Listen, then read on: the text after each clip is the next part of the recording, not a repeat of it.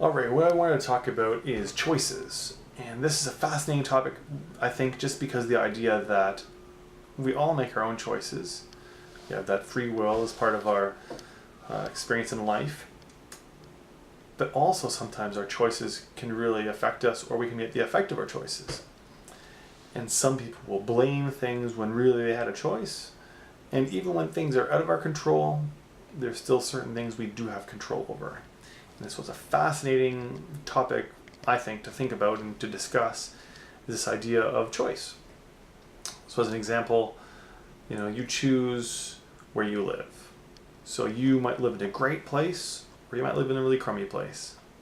And you have a choice. You could move if you wanted to. Now, you might be stubborn and not want to move because you don't feel that you should have to, but that's your choice.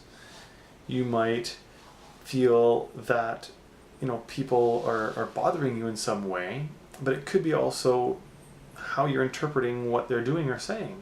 Sometimes people are actually trying to be helpful, and you could take it as something that's bothersome.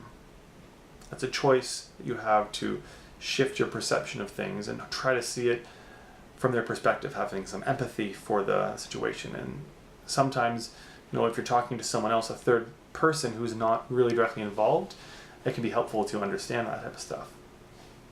What I think is interesting, though, is like the choices that people make, because sometimes, people are just on autopilot. I know myself a lot of times I'll just be on autopilot and make certain choices just because it's habitual.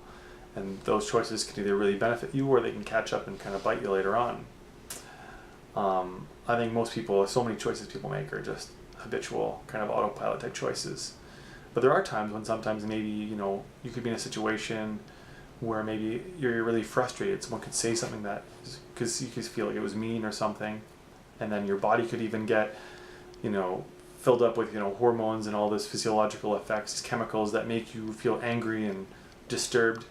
And so if you make the choice to try to calm yourself down and get centered, being breathing and things like that, and then allow yourself to actually come from a place of authenticity still, like you could actually still, explain to someone like how you feel, but maybe not in such a reactive way that then it puts up their defenses as well. So that's a choice that you can make. It's challenging though. It takes practice to be able to do things like that, or that if someone's frustrating you, it takes practice to be able to calm yourself down and be centered and maybe not say something because you know that that person has a hard time, taking things in a constructive way. Again, these are all choices that we make. And I just think it's fascinating just to think about how our life is shaped by the choices that we make, good or bad, and our life wouldn't be what it is if it's not for the choices we've made. So even things that we've done that are maybe bad, or you could deem as bad, they shape our reality. It shapes our life lessons, and in some way, a lot of good things come of things that maybe we perceive as bad. So I think it's a fascinating thing to think about, and I guess we'll see what you guys think about it too.